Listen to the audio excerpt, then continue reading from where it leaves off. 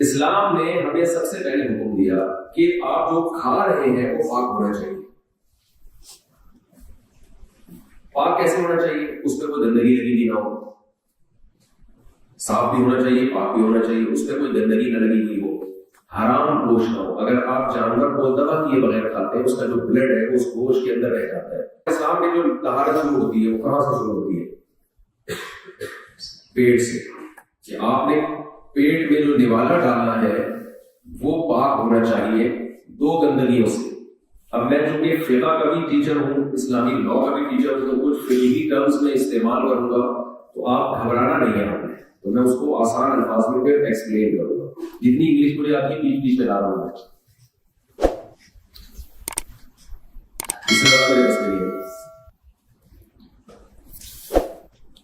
ایک ہوتی ہے حقیقی طہارت، ایک ہوتی ہے حکمی.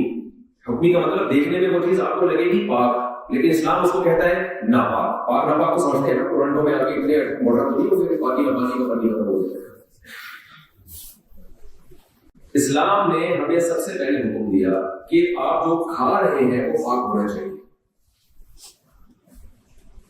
پاک کیسے ہونا چاہیے؟ اس میں کوئی گندگی لگی ہوئی نہ ہو، صاف بھی ہونا چاہیے، پاک بھی ہونا چاہیے، اس میں کوئی گندگی نہ لگی ہوئی ہو، حرام گوشت نہ ہو. اگر آپ جانور کو دبا کیے بغیر کھاتے ہیں اس کا جو بلڈ ہے اس گوشت کے اندر رہ جاتا ہے. خون اچھی چیز ہے، پاک چیز ہے یا ناپاک چیز ہے؟ بولے بھائی. آپ کے کپڑوں پہ اگر بلڈ لگا ہوا ہو آپ کی نماز نہیں. آپ کے جسم سے اگر خون نکل جائے تو بہت سے فقہاء کی نصیب نماز وضو ٹوٹ جاتا ہے. تو کیا آپ کو اسلام اجازت دے گا کہ وہ گندا خون آپ کھائیں؟ بولے نہیں جا سکتے. اس لیے اسلام نے ہمیں حکم دیا کہ جانور کو آپ نے ذبح کرنا ہے تاکہ اس کا بلڈ اس کی باڈی سے نکل جائے اور گوشت بلڈ سے صاف اور پاک ہو جائے. یہ تعلیمات کسی اور مذہب میں ملتی ہیں آپ کو؟ یہ 1400 سال پہلے محمد صلی اللہ علیہ وسلم صفائی ستھرائی سکھا رہے ہیں کہ صفائی سب سے پہلے شروع کہاں سے ہوتی ہے کہ آپ کھا کیا رہے ہیں. آپ کے سامنے ایک آدمی ڈیٹول سے نہا کے آیا، خوشبو لگائی ہے، تیزاب سے نہایا، بہت زبردست صاف ستھرا گوبر کھا رہا ہے اور کہتا ہے یار میں بہت صاف ستھرا آدمی اور صفائی کا کوئی کمپرومائز نہیں. کھا کیا رہا ہے وہ؟ گوبر بھول لیں گے. یاد ہے آپ کو؟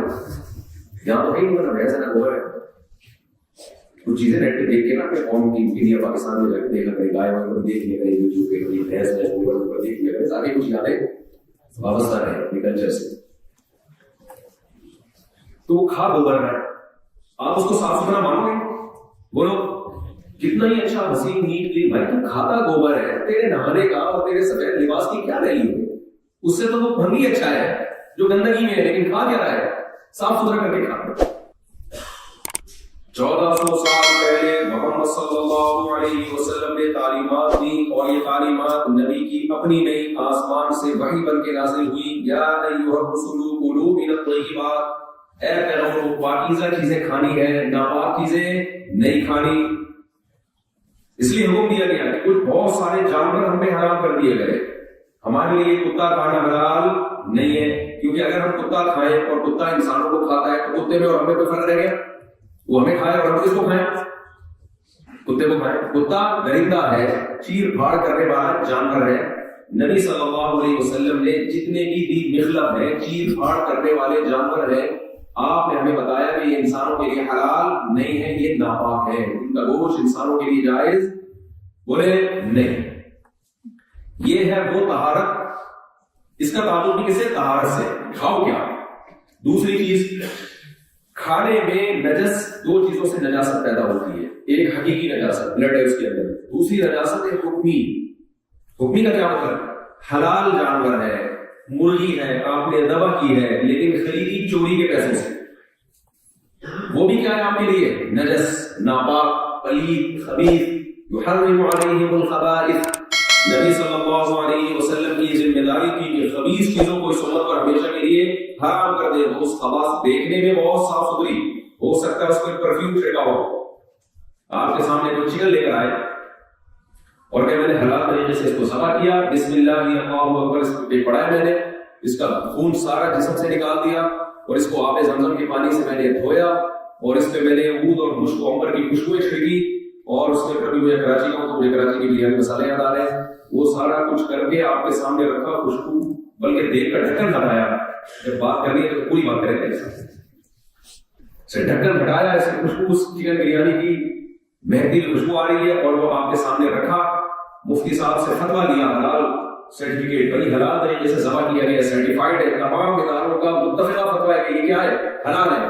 آخر میں آپ کے کان میں آ کے کہہ دیا کہ یہ چاول بھی میں نے چوری کیے تھے اور یہ چکن بھی میں نے چوری کی. اب حلال رہے گا آپ کے لیے ہے بھائی؟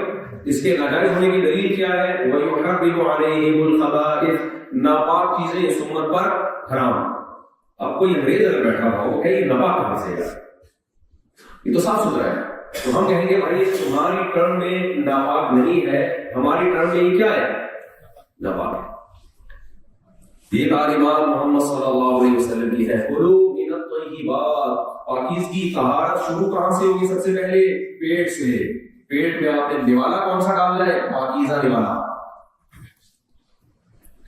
دوسرے نمبر پر جو اسلام کی صفائی ہے نا, وہ سب سے زیادہ جو اسلام نے صفائی پہ زور دیا ہے وہ ہے منہ کی صفائی.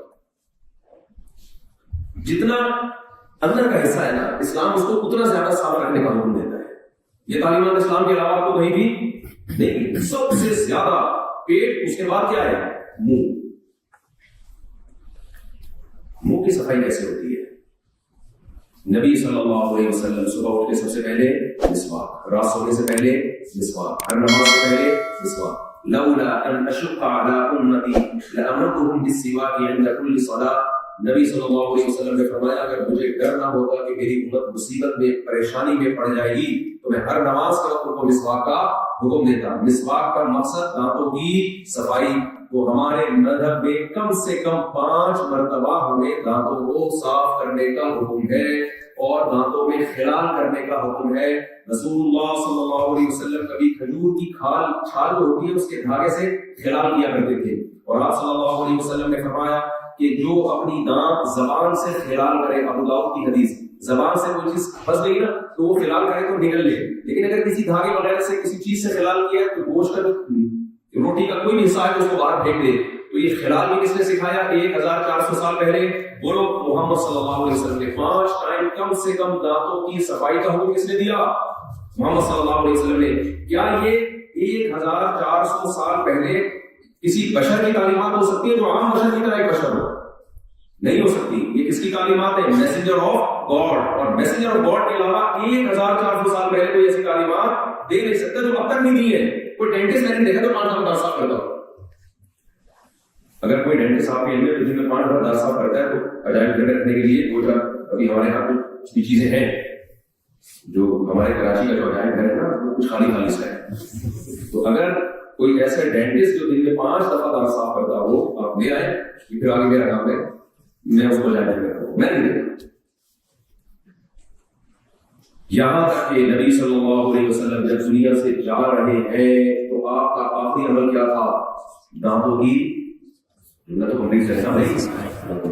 سے جاتے ہوئے دانت صاف کر گئے. وہی معجزہ ہے, یہ عام بشر کی تعلیمات نہیں ہے. تو سب سے زیادہ زور کس نے دیا ہے؟ دانتوں کی صفائی. تیسرے نمبر پہ استنجا, پانی سے استنجا. نماز نہیں ہوتی اگر آپ کے جسم پہ گندگی لگی ہو. پھر لباس, کپڑے پاک رکھنے. ہم مجبور ہیں کپڑے پاک رکھنے, صاف رکھنا بھی ہے اور پاک بھی رکھنا ہے. ہم مجبور ہیں. ہمارے جسم پہ پیشاب کے چھینٹے ہو, اگر ہمارے لباس پہ پیشاب کے چھینٹے ہو, ہماری نماز نہیں ہوتی. مسلمان مجبور ہے ہر وقت اپنے جسم کو, اپنے لباس کو پاک اور صاف رکھنے پر. نبی صلی اللہ علیہ وسلم نے جسم کی صفائی کا حکم دیا. حق على كل مسلم ان يغتسل كل اسبوع مرة او كما قال صلی اللہ علیہ وسلم. فرمایا ہر مسلمان پر لازم ہے ہفتے میں کم سے کم 1 مرتبہ وہ غسل لازمی کرے. یہ اس زمانے میں حکم دیا جا رہا ہے جب دنیا غسل سے آشنا نہیں تھی. آپ کو پتا ہے مغربی دنیا جو ویسٹرن دنیا ہے ان میں 100 سال پہلے کی اگر آپ ہسٹری اٹھا کے دیکھیں, میں زیادہ ڈیٹیل میں نہیں جاؤں گا کیونکہ مجھے دوبارہ بھی یہاں آنا ہے. اتنی بات کرو اتنی افورڈ کر سکتے ہو. 100 سال پہلے اس قوم کو اور ان قوموں کو آپ اٹھا کے دیکھیں, نہانے دھونے کا کوئی تصور نہیں تھا. جب ہم ان سے کہتے تھے کہ بھائی منہ تو دھو لو تو وہ کہتے تھے پانی وانی کی بات کرتے ہو، دل جلانے کی بات کرتے ہو، 6 مہینے سے منہ نہیں دھویا تم نہانے کی بات کرتے؟ کہتے منہ نہیں دھوتے تم بات کس کی کر رہے ہو؟ نہانے کی بات کر رہے ہو؟ کوئی رواج سسٹم نہیں تھا. اسلام نے سکھایا دنیا کو نہانا، غسل کرنا. یہ کریڈٹ کس کو جاتا ہے؟ اسلام کو جاتا ہے، محمد صلی اللہ علیہ وسلم کو جاتا ہے یہ کریڈٹ.